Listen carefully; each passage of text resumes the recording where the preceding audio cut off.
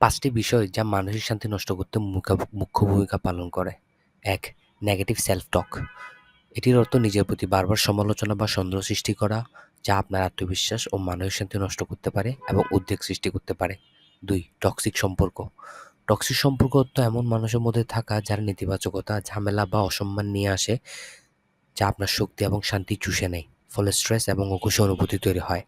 ৩. সমাধান না হওয়া অতীতের সমস্যা। অতীতের দুঃখ, অভিমান, ট্রমা মানসিকভাবে আঘাত করে আমাদের, যা নেতিবাচক চিন্তার মধ্যে আটকে রাখে। ৪. অতিরিক্ত চিন্তা করা। প্রতিটি পরিস্থিতি বা সিদ্ধান্ত অতিরিক্ত বিশ্লেষণ করা, ভবিষ্যৎ নিয়ে উদ্বেগ করা অথবা অতীতের ভুল নিয়ে ভাবা মানসিক ক্লান্তি সৃষ্টি করে এবং বর্তমান মুহূর্তে শান্তি অনুভব করতে বাধা দেয়। ৫. সীমা সম্পর্কে অজ্ঞতা।